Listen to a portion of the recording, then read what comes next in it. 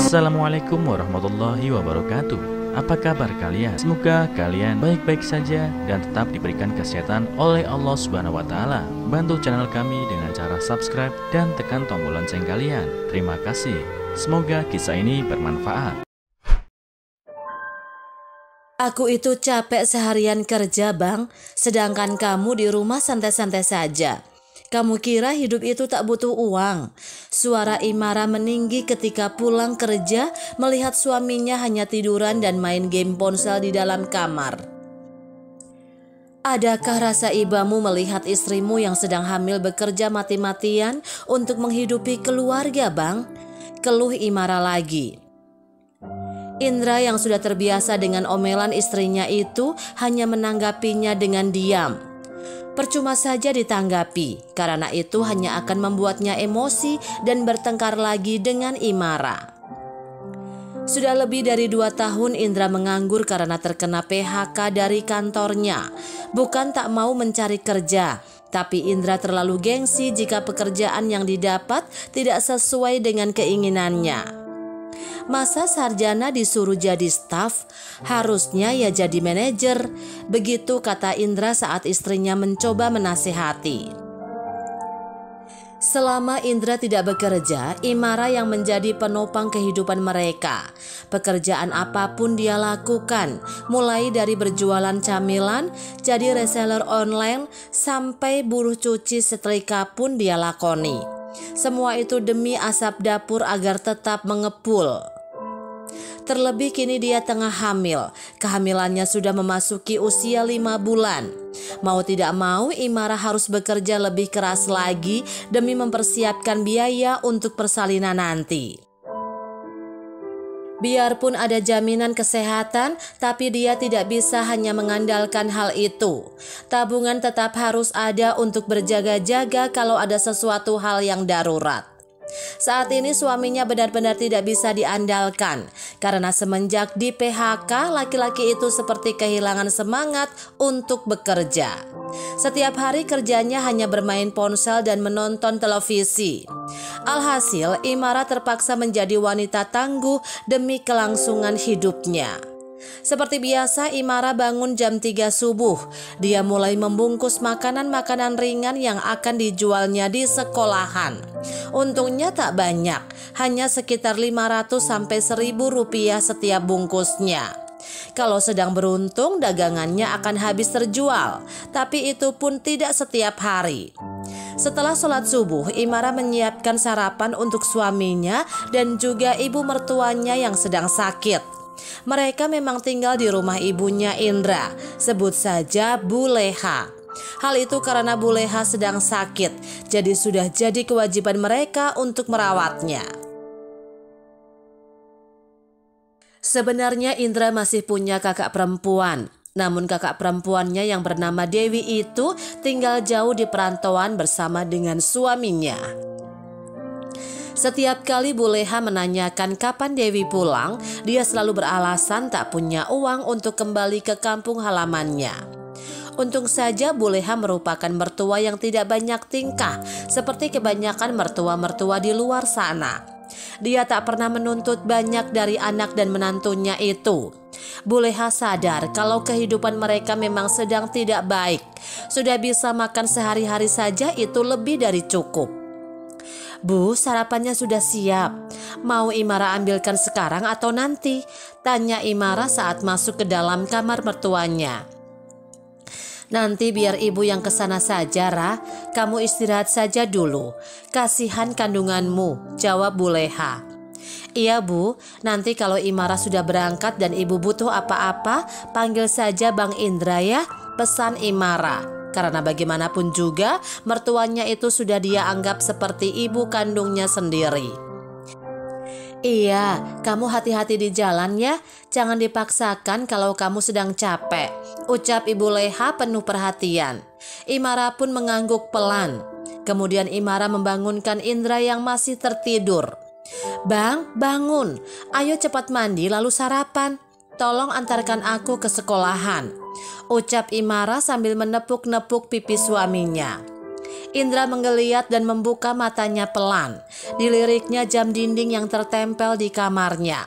"Masih jam 6 ini? Sebentar lagi ya, aku masih mengantuk," jawab Indra sembari memejamkan lagi matanya. Seperti itulah Indra setiap harinya. Setiap malam sibuk main game online hingga larut malam, bahkan sampai pagi. Lalu ketika diminta untuk mengantar istrinya berjualan, selalu saja beralasan masih mengantuk. Bukan sekali dua kali Imara menegur kebiasaan buruk suaminya itu, tapi ujung-ujungnya hanya pertengkaran yang terjadi. Maka dari itu dia selalu memilih untuk diam saja. Imara pun beranjak untuk menata barang dagangannya. Mulai pukul 7 sampai pukul 10 dia berjualan di depan sekolahan. Setelah itu jam 1 siang dia akan ke rumah tetangganya yang memiliki usaha laundry untuk bekerja di sana. Untung saja pemilik laundry itu sangat baik. Tak ada target harus berapa kilo yang harus dikerjakan karena mengerti Imara sedang hamil. Dulu sebelum Imara hamil, dia mampu menyetrika minimal 50 kilo dalam sehari. Karena setrika yang dipakai pun bukan setrika listrik melainkan setrika uap. Jadi pekerjaannya bisa lebih cepat dan praktis. Upah yang Imara dapat per kilonya sebesar 1.000 sampai 1.500 rupiah. Jam setengah 7 Indra selesai mandi. Setelah itu mereka sarapan bersama. Bu Leha pun ikut sarapan setelah beberapa hari terbaring di kamar. Belum tahu sakit apa yang Ibu Leha derita. Karena setiap kali Imara mengajak mertuanya itu periksa, beliau selalu menolak dengan alasan sayang uangnya. Padahal Imara sudah mengatakan akan memakai jaminan dari pemerintah. Namun tetap saja ibu mertuanya tidak mau. "Dra, kapan kamu mulai mencari pekerjaan lagi? Kasihan Imara kalau dia harus mencari uang sendirian," kata Ibu Leha. "Nantilah Bu, kalau ada pekerjaan yang cocok pasti aku mau. Tapi masalahnya aku belum menemukan pekerjaan itu," kilah Indra. "Jangan memilih-milih pekerjaan begitu. Prioritasmu sekarang mencari uang untuk persiapan anak kalian nanti. Kalau kamu masih begitu terus sampai anakmu lahir pun kamu tak akan mendapatkan pekerjaan," sindir Ibu Leha. Imara memilih diam saja karena sudah hafal dengan jawaban-jawaban dari Indra. "Sudahlah Bu, capek membahas itu terus. Ayo Imara, aku antar sekarang," ajak Indra pada Imara. Ibu Leha menghela nafas berat dan mengelus dadanya yang sesak. Sesak karena melihat kelakuan anak lelakinya itu. "Sebentar Bang, aku cuci piring ini dulu," jawab Imara. Indra berlalu meninggalkan meja makan dan memilih menunggu Imara di teras rumah sambil memainkan ponselnya. Selesai mencuci piring, Imara pamit pada ibu mertuanya untuk berangkat berjualan. "Bu, Imara pamit jualan dulu ya. Ibu jangan sampai lupa minum obatnya." Imara mencium tangan mertuanya itu. "Hati-hati ya nak, sudah ibu minum kok obatnya. Kamu yang sabar menghadapi Indra ya, jaga kesehatanmu juga." Ibu Leha seakan mengerti perasaan Imara, jadi dia berusaha menguatkan. "Tidak apa-apa Bu, ibu doakan saja semoga Bang Indra segera sadar dan mau bekerja kembali." Imara mencoba tegar di hadapan Ibu Leha, tak mau menambah beban pikiran mertuanya yang sudah tua itu. Jarak rumah di sekolahan tempat Imara jualan hanya 2 kilo jika ditempuh dengan motor. Namun di sepanjang jalan mereka saling diam. Imara tahu kalau suaminya sedang emosi, jadi diam itu lebih baik. Sesampainya di depan sekolah, Indra membantu Imara menggelar dagangannya. Lalu setelah itu dia pun pulang. Bagi Imara, asal suaminya itu tidak KDRT atau selingkuh, dia akan tetap mempertahankan pernikahan mereka. Walaupun hidup yang mereka jalani sangat berat, Imara hanya diminta untuk bersabar. Bersabar menunggu Indra terketuk hatinya jika ada tanggung jawab yang harus dia penuhi dalam hidupnya. Namun tak bisa dipungkiri, terkadang lelah dan ingin menyerah mendera pikirannya. "Semoga ayahmu cepat sadar ya nak, apalagi sebentar lagi tanggung jawabnya akan bertambah. Kamu sehat-sehat di dalam sana ya sayang," gumam Imara sambil mengelus perutnya yang sudah membuncit. Tempat Imara berjualan itu adalah kompleks sekolah. Mulai dari taman kanak-kanak sampai sekolah menengah atas ada di kompleks itu. Banyak sekali orang tua murid yang mengantar jemput anaknya, dan merekalah pelanggan-pelanggan setianya. Mbak Imara semangat sekali jualannya ya, kata salah satu orang tua murid yang mengantar anaknya. Terlihat beberapa ibu memang berkumpul mengerubungi dagangan Imara. Harus dong Bu, apalagi sebentar lagi nambah tanggung jawab. Ya, hitung-hitung bantu suami juga Bu, jawab Imara sambil tersenyum. Tangannya juga cekatan melayani pembeli yang membeli dagangannya. Salut sama Mbak Imara, sedang hamil begini tapi masih semangat cari uang, kata ibu-ibu yang lain. Alhamdulillah Bu, Imara menanggapi semua perkataan ibu-ibu dengan tersenyum. Alhamdulillah hari itu jualan Imara lumayan laku, hanya tersisa 5 bungkus camilan yang belum terjual. Saat hendak pulang tiba-tiba Bu Haji memanggil. Mbak, camilannya masih ada tidak? Tanyanya sambil menghampiri Imara. Masih 5 bungkus Bu Haji, jawab Imara tersenyum.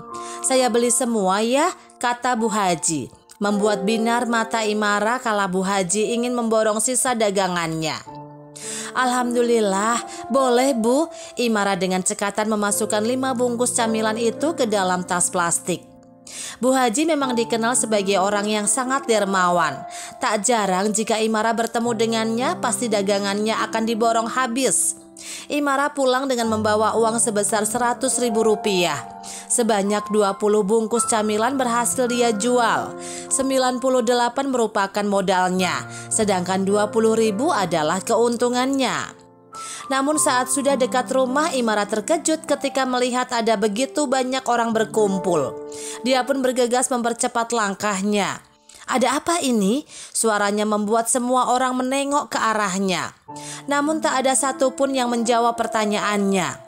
Tak lama orang-orang yang berkerumun mencoba menyingkir, membiarkan Imara masuk ke dalam rumah. Namun begitu sampai di depan pintu, kaki-kakinya terasa lemas begitu melihat tubuh ibu mertuanya diangkat beramai-ramai oleh Indra dan tetangga sekitarnya. Astaghfirullahaladzim, ibu kenapa bang? Seru Imara sambil terisak. Kakinya dia langkahkan menuju tempat Ibu Leha dibaringkan. Ibu jatuh di kamar mandi dan pingsan, Rah, jawab Indra agak sedikit ngos-ngosan. Ya Allah ibu, dipeluknya Bu Leha dengan air mata yang bercucuran. Sudah Mbak Inara, sebentar lagi anak saya kesini. Semoga Bu Leha tidak kenapa-napa, kata Bu RT sambil mengelus pundak Imara. Rupanya dia telah menelpon anaknya, Rehan, yang seorang dokter umum. Tak selang berapa lama Rehan datang dengan peralatan kedokteran yang dia bawa di dalam tasnya. Kebetulan memang dia sedang libur dan tidak ada keadaan darurat yang mengharuskannya ke rumah sakit. Oleh sebab itu dia bisa segera datang untuk menolong Bu Leha. Sini Han, coba kamu periksa Bu Leha, pinta Ibu RT pada anaknya. Rehan pun dengan cekatan memeriksa Ibu Leha dengan peralatannya. Wajah tenangnya tak bisa menjelaskan apa yang sebenarnya Ibu Leha alami. Saat selesai terdengar helaan nafas berat dari mulutnya. Maaf, sepertinya Bu Leha harus dibawa ke rumah sakit, ucap Rehan pelan. Mendengar hal itu, Imara pun semakin tak bisa membendung air matanya. Bu Leha bukan hanya ibu mertua baginya, namun beliau sudah seperti ibu kandungnya sendiri. Ibu saya kenapa dok? Tanya Indra. Dia pun terlihat sangat khawatir pada ibunya. Terlihat jelas ada rasa sesal di hatinya. Saya takut Bu Leha mengalami cedera di kepalanya. Jadi untuk lebih jelasnya lebih baik dibawa ke rumah sakit yang peralatannya lebih lengkap, jelas Rehan. Maafkan Imara Bu, seharusnya aku tidak meninggalkan ibu sendirian. Seharusnya aku bekerja dari rumah saja. Ayo bangun Bu, aku sudah pulang. Ibu sudah tidak sendirian lagi sekarang. Imara tak henti-hentinya menangis sembari menyalahkan dirinya sendiri. Indra yang melihat istrinya sangat menyayangi ibunya jadi tambah merasa bersalah. Merasa egois telah membiarkan wanitanya bekerja seorang diri demi memenuhi kebutuhan keluarga. Lalu dengan pelan dia mendekat dan mendekap Imara, mengusap kepala istrinya itu sambil berusaha menenangkan hatinya. Sudah Imara, kita bawa ibu ke rumah sakit ya. Abang yakin ibu tidak akan kenapa-napa, kata Indra menguatkan hati Imara, walaupun hatinya sendiri juga perlu dikuatkan. Pakai mobil saya saja Bang Indra, ujar Pak RT. Baiklah, terima kasih Pak RT, Indra menanggapi. Imara pun mengambil dompet serta KTP dan kartu BPJS milik Buleha. Seakan lupa kalau dirinya tengah hamil, dia tak peduli rasa nyeri yang sedari tadi dia rasakan. Pikirannya hanya terfokus pada kondisi ibu mertuanya. Dibantu oleh Pak RT dan warga yang lainnya, Ibu Leha dibawa ke dalam mobil. Rehan juga ikut serta karena rumah sakit yang dituju adalah rumah sakit tempatnya bekerja. Berbekal uang 600.000, Imara berusaha untuk kuat menghadapi ujian ini. Sepanjang perjalanan dia tak henti-hentinya menangis. Tangannya tak pernah lepas menggenggam tangan Buleha. Bu, Imara masih butuh ibu di sini. Ibu yang kuat ya. Cucu ibu juga akan segera lahir. Nanti kita rawat sama-sama ya Bu, kata Imara lirih. Selama menjadi istri Indra, Imara selalu diperlakukan dengan sangat baik oleh Buleha. Tak pernah Buleha membedakan antara Imara dengan anak kandungnya sendiri, bahkan dengan Dewi sekalipun. Kalau Dewi salah, maka dia akan menasehatinya, dan begitu juga dengan Imara. Namun hal itu membuat Dewi sangat membenci Imara. Ditambah lagi saat dulu dia belum merantau, Dewi sering dibanding-bandingkan dengan Imara yang lebih rajin. Alhasil karena sudah terlalu muak, Dewi akhirnya memutuskan untuk menyusul suaminya yang ada di perantauan. Kebenciannya pada Imara sudah mendarah daging, sehingga sekadar pulang untuk menengok ibunya saja tidak mau. Alasan yang diberikan Dewi beragam, mulai dari tak punya ongkos, sedang tak enak badan, atau hanya sekedar alasan sepele seperti tak ada yang mengurus anak dan suaminya jika dia bepergian jauh. Namun hal itu justru membuat Buleha semakin sayang pada penantunya yang bersedia merawatnya dengan sepenuh hati. Perjalanan ke rumah sakit relatif lancar, hanya setengah jam karena tidak macet. Sebelumnya Rehan sudah menghubungi pihak rumah sakit agar menyiapkan alat yang dibutuhkan. Jadi begitu mereka sampai, perawat sudah bersiap membawa Buleha ke ruang darurat. Silakan keluarga ke bagian pendaftaran ya, ucap salah satu perawat. Imara berjalan seorang diri menuju tempat pendaftaran. Disodorkannya semua persyaratan yang telah dia bawa ke bagian resepsionis. Bisa pakai jaminan kesehatan kan Mbak? Tanya Imara was-was. Bisa Bu, tapi nanti kalau ada tindakan obat yang tidak tercover harus bayar sendiri ya Bu, jelas petugas itu dengan ramah. Imara pun mengangguk pelan. Saat dia kembali ke ruangan Buleha diperiksa, Dokter Rehan baru saja keluar dengan seorang dokter lainnya. Mbak Imara, Bang Indra, bisa kita bicara sebentar? Ujar Dokter Rehan. Imara dan Indra pun mengangguk bersamaan. Mohon maaf sebelumnya, tapi kami harus sampaikan ini. Akibat benturan kepala yang cukup keras, Buleha mengalami kelumpuhan dan juga serangan stroke, kata Dokter Rehan.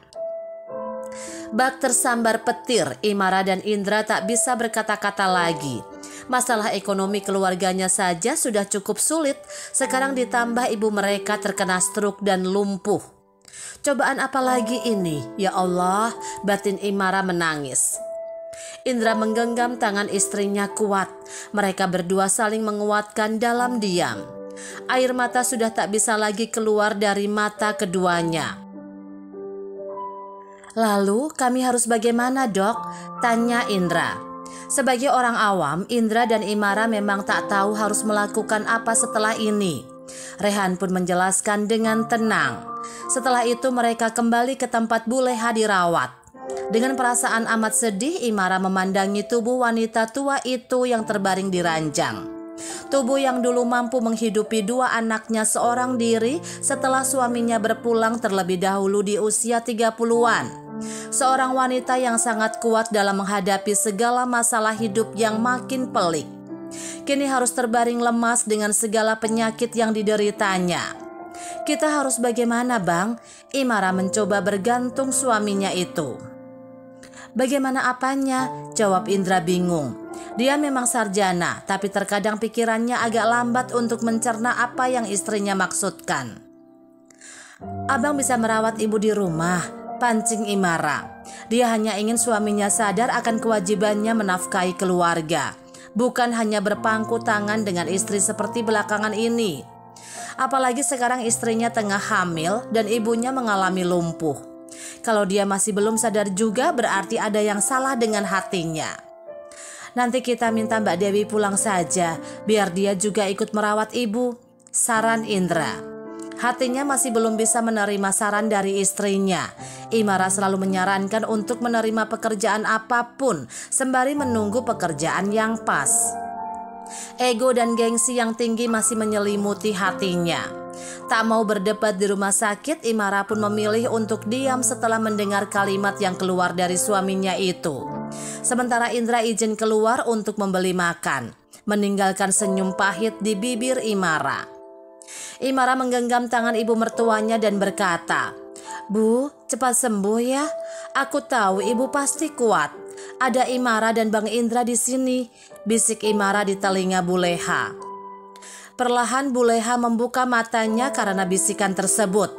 Namun saat hendak berucap, bibirnya terasa kaku dan tidak bisa digerakkan. Ucap Buleha tidak jelas sambil mencoba menggerakkan tangannya. Walaupun sedikit kesulitan, namun dia berhasil menggerakkan jari telunjuknya. Imara pun tersentak dan langsung menatap Buleha. Setetes air bening keluar dari mata wanita tua itu. "Ibu kenapa menangis?" kata Imara sambil mengusap air mata di pipi beliau. Buleha terus meracau dengan bahasa yang sulit dimengerti. "Ibu tak usah memikirkan apa-apa dulu. Sekarang yang terpenting ibu harus semangat agar cepat pulih ya." Imara terus saja menyemangati mertuanya itu, mengatakan hal-hal yang baik agar suasana hati Buleha juga lebih tenang. Tak lama kemudian Indra datang dengan membawa 2 bungkus nasi rames. "Ayo makan dulu Ra," ajak Indra yang sudah duduk lesehan di bawah. "Bu, Imara makan dulu ya. Dedek bayi belum makan dari tadi siang." Imara masih bisa bercanda dengan mertuanya. Keduanya pun makan dengan sesekali melemparkan celetukan receh. Dan tanpa disangka akhirnya Indra bersedia untuk kembali bekerja.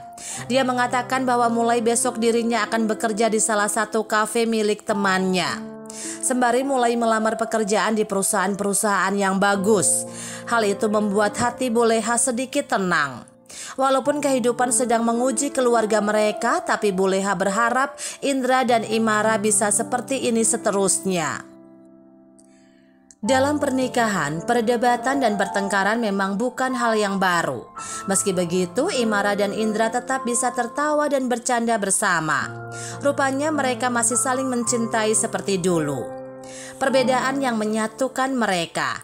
Dan inilah secuil perjalanan panjang kisah rumah tangga mereka yang penuh liku-liku. Dari kisah ini kita belajar bahwa Tuhan tidak akan ingkar pada hambanya yang sabar dan tulus. Seperti halnya Imara yang terus bersabar menghadapi suaminya yang pengangguran, serta ketulusannya merawat ibu mertuanya. Berkat hatinya yang besar, akhirnya kesabarannya membuahkan hasil. Walaupun di samping itu musibah menimpa Buleha, namun tetap ada hikmah di balik itu semua. Berkat kejadian tersebut mampu membuka kerasnya hati Indra yang selama ini lebih mementingkan gengsinya. Dalam waktu kurang dari sehari, akhirnya Indra membuat keputusan yang tepat dengan kembali bekerja dan menjalankan tugasnya sebagai kepala keluarga. Bagaimana menurut kalian? Tulis pendapat kalian di kolom komentar ya. Wassalamualaikum warahmatullahi wabarakatuh. Subscribe dan tekan tombol lonceng kalian. Terima kasih. Semoga kisah ini bermanfaat.